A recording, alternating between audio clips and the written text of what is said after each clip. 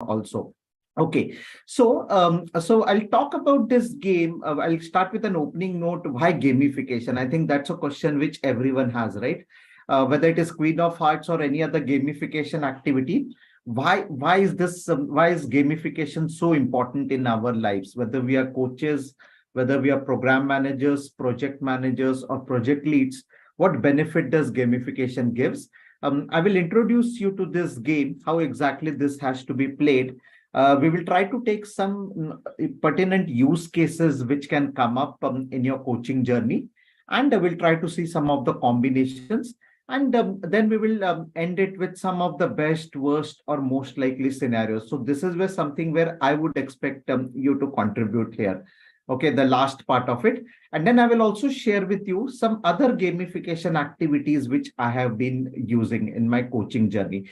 So as introduced, I play the role of an agile coach. And as an agile coach, many times we have to understand the kind of team we are working with, the kind of personalities and the people we are working it. And which is where it helped me, which is where this game helps me to do a lot of these things. So just a quick introduction. What is a gamification theory? It's a what gamification techniques or theory talks about is that learners learn best when they're also having fun, right? I mean, imagine sitting in a boring lecture and trying to understand what the professor is trying to tell. But if the same message has been given to you through a game or through an activity or through an exercise, I think the retention capacity is higher. You tend to understand the concept in a much better way. And at the same time, you enjoy the entire learning experience. And I'm a big fan of gamification activities. As I said, towards the end of the session, I will also share some other tools or other activities related to gamification activities, which I have been using. So I have tools for writing user stories. So many times when we are writing user stories, we cannot figure out the scenarios. So I'll tell you a tool which can be used, right? How to build, how to build an agile vocabulary and at the same time bring about self-organization in the team. So I have some tools which obviously I'll talk about towards the end of this session. Okay, so moving ahead, deep dive, some general disclaimer around it. The colors in the cards are purely for distinguishable purpose, just to distinguish between, let's say, an X color and a Y color.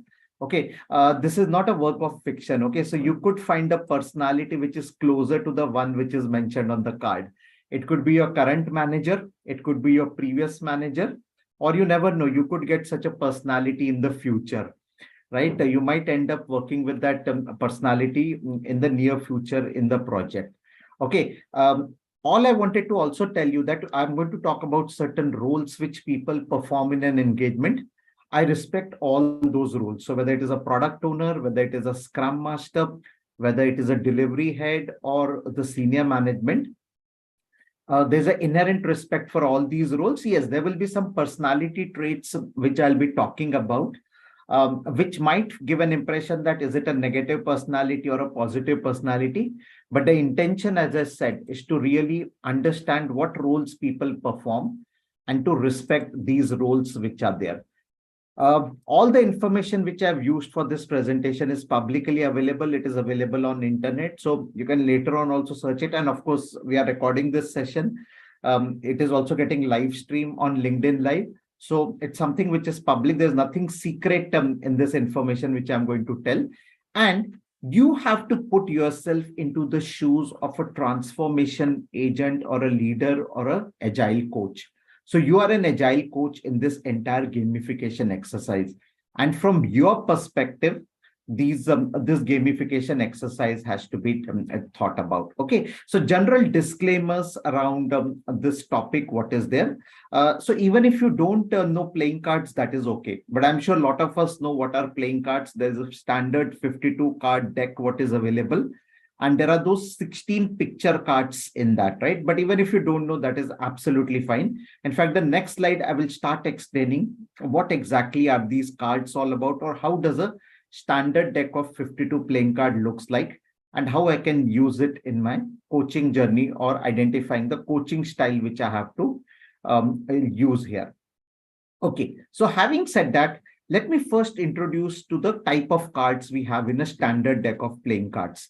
As you know, there are four types of picture cards which are there, and we are going to use only those picture cards in this exercise.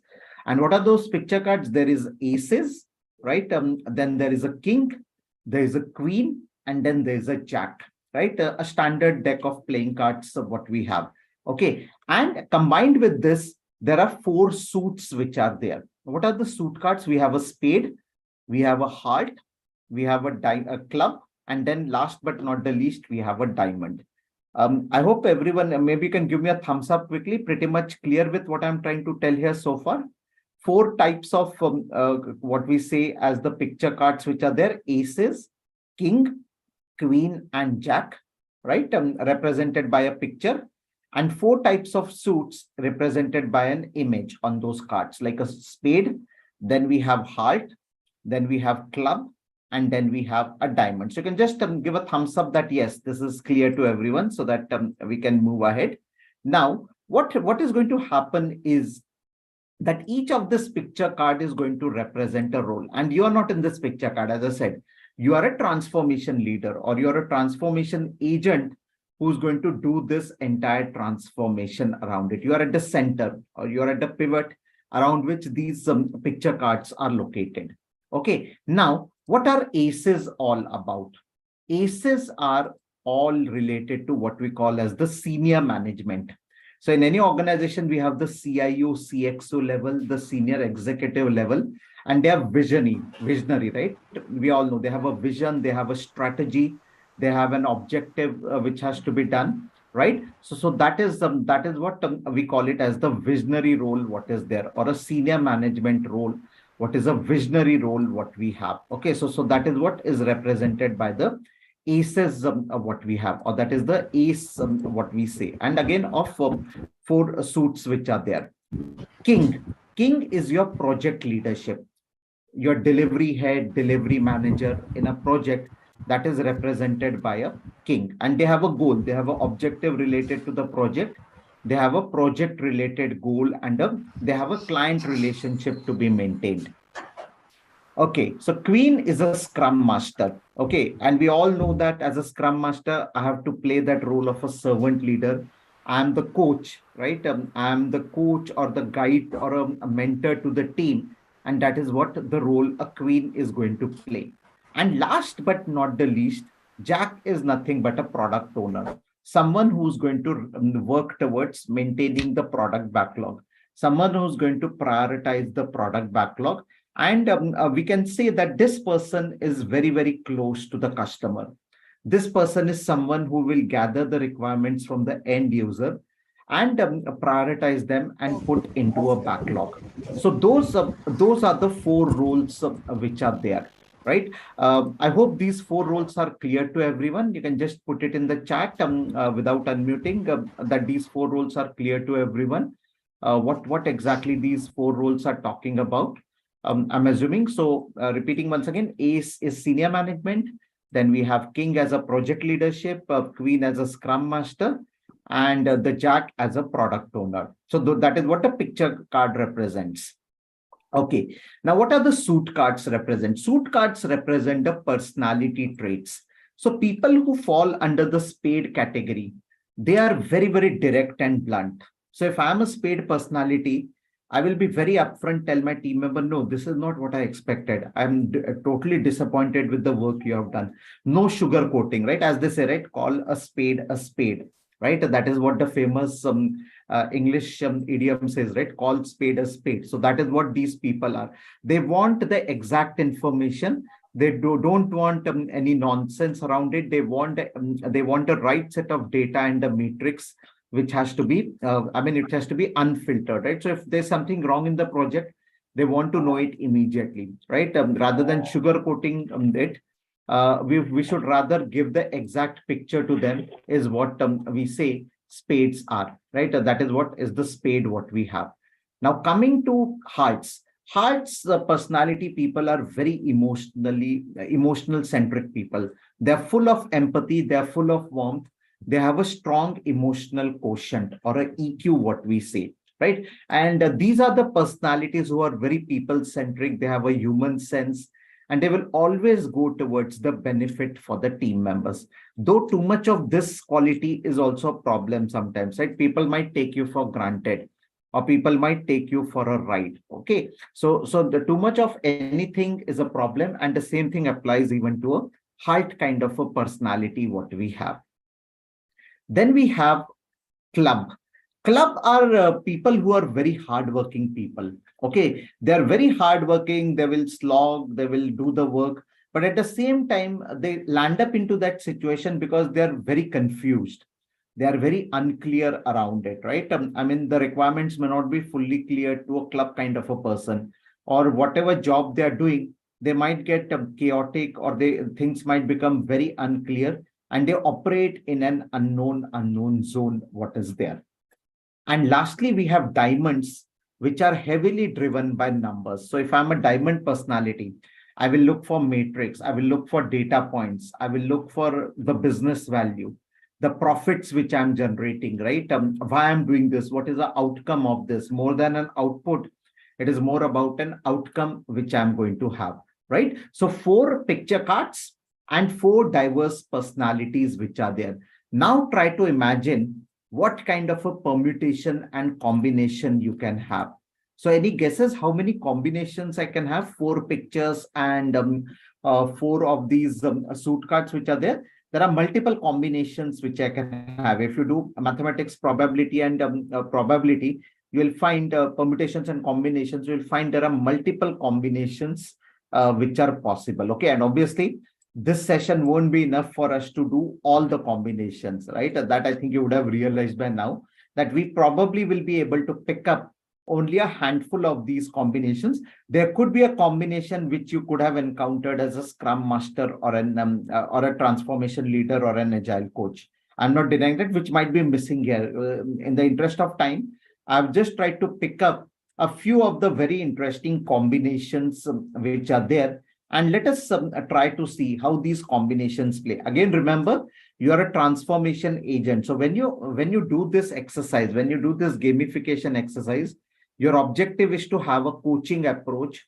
or a coaching strategy for each of the combinations which are there. Okay, so what will you do as a coach, or what will you do as a mentor or a guide?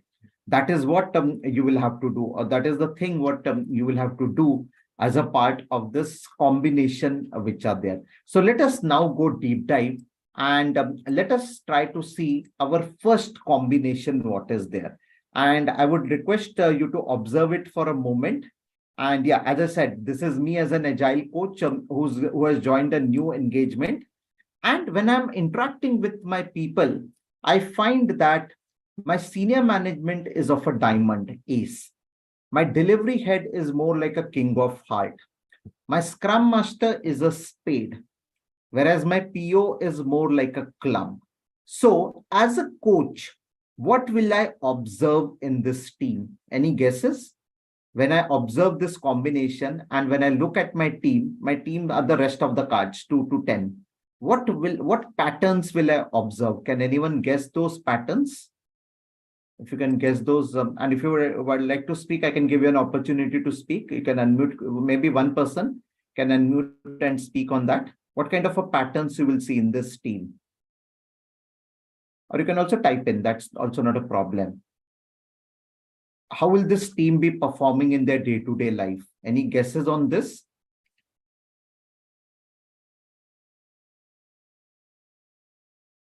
So senior management, and when we say diamond, it will be a matrix driven. This person needs lot of matrix, senior management, right? The CIO, CXO level. The delivery head is an empathetic person, what is there, right? The scrum master is a spade, which means direct and blunt. And the product owner is hardworking, though chaotic in his work. So obviously at a team level, you will see a lot of dysfunctions in this team. Because as a team, the scrum master being a spade, he or she will display a lot of command and control attributes, right? A lot of leadership style will be more directed towards a command and control attitude, what will be there. The product owner would need a product coaching to here. As a coach, I will have to clearly have a one-on-one product coaching with the product owner, how to prioritize the backlog, what are the different prioritization techniques, How do I ensure that the backlog refinement is happening at periodic intervals? So all those things, I'll have to do a coaching with the product owner, what is there, right? So that's one thing which you will observe.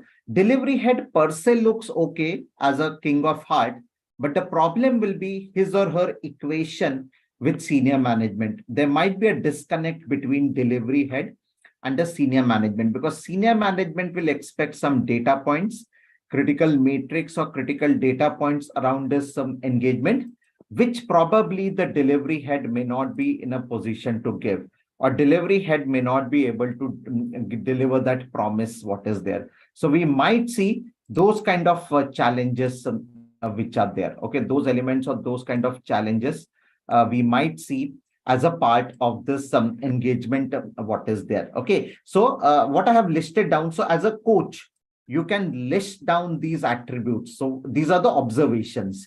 These are the observations which I have listed down here. So senior management needs more measurable outcomes. As I said, the delivery head tries to pacify or satisfy everyone. Scrum master might exhibit a command and control attribute, and a PO is going to be very, very confused. So as a coach, this will be my strategy. As a coach, this will be my organizational strategy which I'll there. So I'll try to coach the Scrum Master more on servant leadership style rather than on a command and control style. I might have to even replace a PO in this case. I mean, I'm just figuring it out, right? I mean, if the PO is not able to mend his or her ways, I might have to replace the PO. And delivery head, I'll have to make him or her coach more on becoming more assertive, king of hearts, right? That assertiveness has to be brought into the role of a delivery head or a delivery manager. Again, I'm not saying that you have to agree with these statements what I'm making, but this is more like a blueprint. This is more like my drawing table or a strategy table what is there, that if I want to coach such a team where I encounter these combinations, this could be a possible coaching blueprint, or this could be a possible coaching strategy which I want to adapt. You might have a different coaching strategy, but at least it gives you a platform for you to identify the scenarios, what kind of personalities are there, and how you can leverage these personalities and how you can coach them individually. All right. Moving ahead. Now, let me open up the second combination here. Just observe it very, very carefully and tell me what do you think about combination number 2. So we are in combination number 2. So kindly let me know what do you think about combination number 2 as a coach.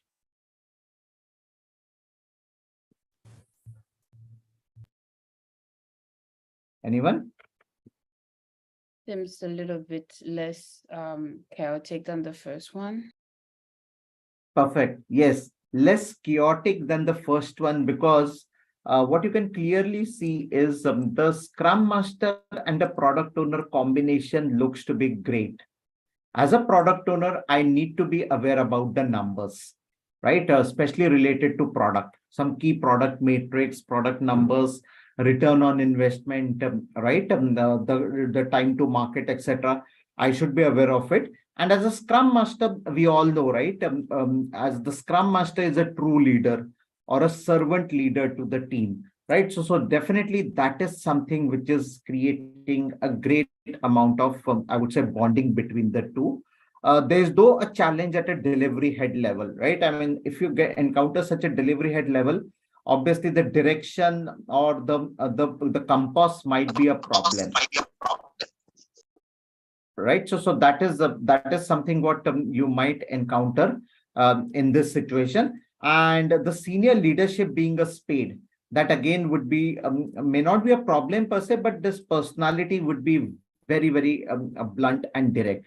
So as a coach, my recommendation to team would be that always keep your senior management satisfied. Okay, delivery head might need a coaching on how to organize work, right? The general coaching on managing the work effectively, avoiding the confusion, right? Ability to take decisions at critical points in time. So that's what the delivery head would require. Okay, the delivery head would require that coaching. Scrum Master is perfectly fine. I think you'll have to just nudge the Scrum Master. You just have to keep that person on a watch list. He or she may not require that one-on-one extensive coaching, because I think as a Scrum Master being a heart, that is a good sign to have, right? Or that is a good, I would say, combination to have.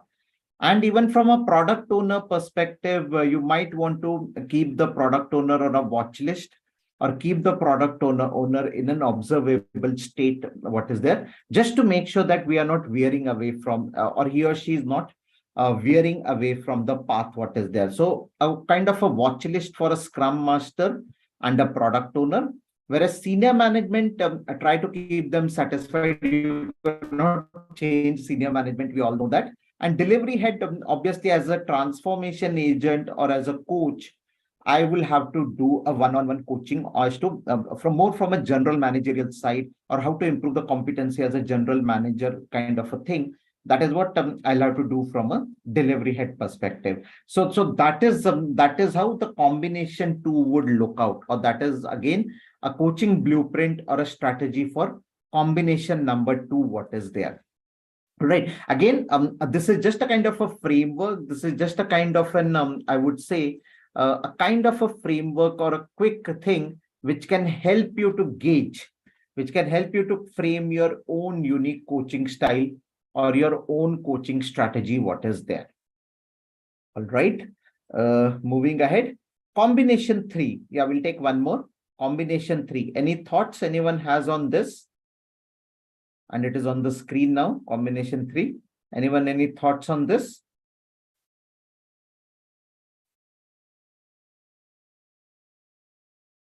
Any idea, any thoughts or any suggestions on this? How do you view this one? I think we have stakeholders that have very good data information or structured. Okay. Stakeholders have got good, okay. So definitely, I think from a senior management perspective, it is a reverse of combination one. So they have just changed their positions. So diamond has come here, heart has gone on top. That is what is combination number three, what is there. Okay.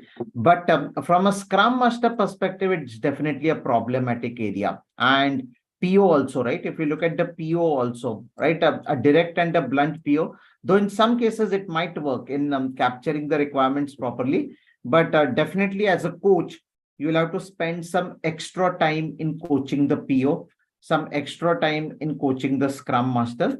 Delivery head, absolutely fine. I think a numbers person or someone who needs metrics or someone who needs a lot of those data points around it. So that is what a delivery head would require. And senior management being that empathetic or being that, I would say, a people-centric senior management. I think that is something what would help, right? Or that is something which would be a good sign to have. So yeah, so these are the personality traits which we will find, or these are some of the personality elements what you will see as a part of this transformation which is there, right? I mean, if you land up in this combination, and again, as I'm saying, there are multiple combinations possible, multiple permutations possible which are there, right? But as a coaching strategy, okay, you'll have to coach with the management on innovation and experimentation. I think you can do a lot of innovation and experimentation in this engagement. Satisfy the delivery head with realistic measures. So we need to encapsulate and capture realistic metrics that matter. And the earlier session was on that only, right? Some very pertinent metrics, what should be captured, though from an HR point of view. But definitely this is something what is needed. And we have to coach the Scrum Master on the Scrum values. What are there, right? The 5 values of Scrum: focus, openness, respect, courage, and commitment. And the same thing applies for a product owner, right? Something applies for a PO, that our direct and blunt is a good thing to have, but how he or she can bring about also some diamond element into it. Now, let me also put a disclaimer here that in real projects, you may not find such over one personality. Usually you'll find a combination of these personalities. For example, I might be 80% heart, but 20% could still be a diamond. Or I might be 80% club or a spade, and then maybe 20% a diamond. So there are always going to be that shades. There's always going to be that distribution across the combinations which is going to happen, right? So in real world, you will always find that happening. You will always see that observing, and you'll have to understand which is the most dominant trait, what is there, which is the most dominant card which comes out. And accordingly, you will have to handle the coaching, or accordingly, you will have to do the coaching of these people. So as I said, I'll be taking just a couple of these cases. There are more cases applicable. There are more cases which can happen in a real world, in a real situation, or in a real world. More such combinations and cases which can happen around it, right? So that's one thing we need to remember as coaches and as change agents, right? Now, I'm going to give you a small exercise, okay? And tell me one thing, that if you are a coach, and if you want to identify which will be that combination, which will be the most easiest for you to coach, which means your job as a coach in such an engagement would be very comfortable. Though coaching is not comfortable, I know that, but somewhat relaxing, somewhat comfortable. If you can just jot down on a piece of paper, and you can type it in the chat and let me know what can be that combination which according to you will be the best possible combination, what is there as a coach. As a coach, this will be the kind of an ideal composition of personalities across the 4 roles, and what that combination can be. So just let me know what your thoughts are on this, the best possible combination. Everyone is empathic. Yeah, that is too idealistic, everyone being hearts. But I mean, somewhat closer to realistic. Yeah, everyone being empathetic will be a nice combination to have. But maybe apart from that, any other combination which can work out? Or you can also talk about your experiences, like you have met such so and so people in your past engagement, or you have met so and so personalities in your past engagement. One was like a diamond, another one was like a heart, a spade, and then maybe a kind of a club also, which was there. So if you can just also identify that, which were the combinations you have worked upon, and what exactly were they displaying, what traits they were displaying. I would say that from what I've observed on my team, the time where it worked the best was when DH and SM were hard. And I had multiple combination of senior management and PO because DH and SM were hard, it kind of balanced the relationships. Okay. Okay, so you're saying that there's a compensatory thing which was happening, right? There's a counter lever or a compensation which was happening, which obviously could balance out that, right? I mean, it could balance out the overpowering nature of I would say, of maybe a diamond or a spade, right? I mean, that overpowering nature is something which could be compensated by the Scrum Master and the PO being of a combination. Yes, absolutely. I mean, that is what we normally see that, right? I mean, this is where as a coach, you'll have to counterbalance it, or you'll have to make sure that the balance is in an equilibrium state. Yeah, I think someone else is trying to say something. Sorry. Yeah, Dapo, are you saying something? Sorry if I'm pronouncing your name correctly. Oh, okay. Maybe a manipulation. I will just mute. Okay. Fine. No, not a problem. Yes. And again, there's no right or a wrong answer for this. It is all contextual. It is all depends on the context in which you're working, the kind of situation you are in. It all depends on that, right? And then, of course, just like we have a best possible combination. As I said, I normally take a workshop on this. Okay, so wherein people actually sit in a group and they try to brainstorm, they try to figure out what can be the best combination, which can be the worst possible combination. You have to also be realized that sometimes things are not all days are sunny days, as we know, right? There could be a worst possible combination also. And yes, the extreme side of this can be all our club or all our spade, right? I mean, imagine all the 4 roles playing the role of a spade, or all the 4 roles, a combination of a spade and a club is definitely going to be a challenge, right? It is definitely going to be a problem, what is there, right? And as I said, this exercise, when you're doing as a coach, you might not want to reveal this to people, okay? This is something more like an internal tool which you will keep it with you, which you will use it for your own coaching. So not all the coaching tools have to be exposed to everyone, right? What I'm trying to make a point here. You might want to keep this as a secret weapon in your armory, or some kind of a hidden tool, which you would only use it with yourself, right? And just try to figure out what strategy or what approach I should be applying on this, right? So you can find out the best possible combination, the worst possible combination, most likely what you will get, right? It can also be that most likely combination. This is more for the next engagement. It more helps you to analyze, okay, this might be the combination which I might get up, right? Or this might be that unique combination which will help me to identify my coaching style or my coaching stance, what is there. So there can be unlimited number of combinations. You have to figure out which combination you are having in the engagement, and accordingly have a coaching strategy or a coaching plan. Since the time when this tool has been developed, while I've been using it, I have not come across a combination which has really repeated itself, though that could happen. But to be very honest, I have not come across a combination which has repeated itself, or which has essentially replicated itself, is how I would put it. Okay. Now, apart from this, and yeah, I'll just talk about some other gamification activities also, which I have been using. I use these very interesting cards, which are called as improve cards. That is also another tool which I use in my gamification journey. This I also use it for retrospective. Many times when people don't speak up in retrospective, you can use these cards and you can ask them, okay, tell us what this picture represents. For example, hammer might be that we identified a new tool in the current sprint, or that sleeping cat might indicate that we got our approvals very, very late. That two people shaking hands might bring about a collaboration activities. We also have something called as an agile Scrabble, where we like a standard Scrabble game, but we divide the tiles between two teams, and then we ask them to collaborate to build a word, right? That gives a good amount of product refinement experience using agile Scrabble. What is there? We also have story cubes, which are there.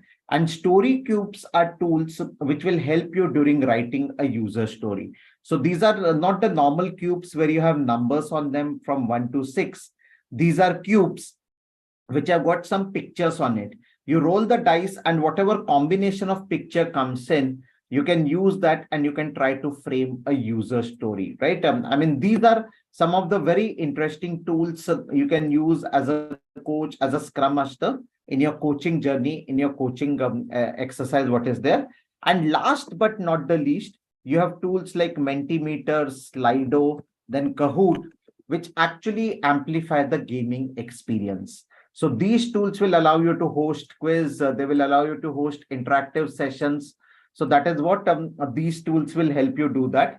And at the end of the day, it will help you to essentially capture all the information, right? All the information and learning in an exciting way. As I said in the beginning, gamification exercise is all about learning in a fun way, learning in an exciting way. What is there? That's the whole purpose of a gamification exercise. What is there? So these are some of the very interesting tools which I have been using, which I have like this. Of course, this Queen of Hearts is something which I have crafted. What is there? And now one last thing before I open up the floor for question. The reason why I have called this Queen of Hearts is because I fundamentally believe that the Scrum Master has to be an empathetic leader, someone who's there for the benefit of the team, someone who's there to remove impediments. We all say, right? I mean, the Scrum Master is the impediment, facilitates to remove the impediments, or the CIO, Chief Impediment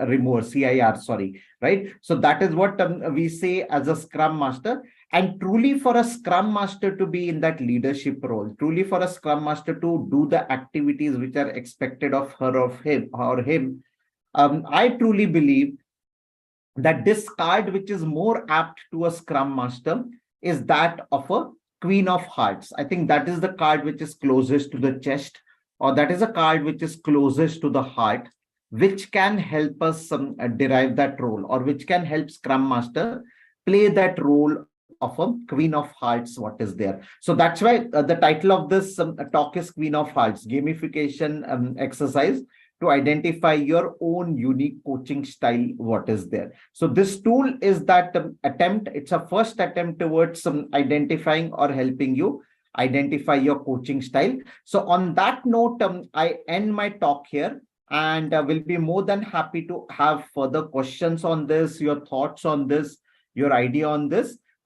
Just a quick check. These are my coordinates. If any of you is interested in connecting with me, feel free to connect with me. Feel free to interact with me further. If you don't get an opportunity to ask a question here, I'll be more than happy to connect with all of you. So on that note, I open the floor for any questions which are there. So any questions? I hope I have maintained the time.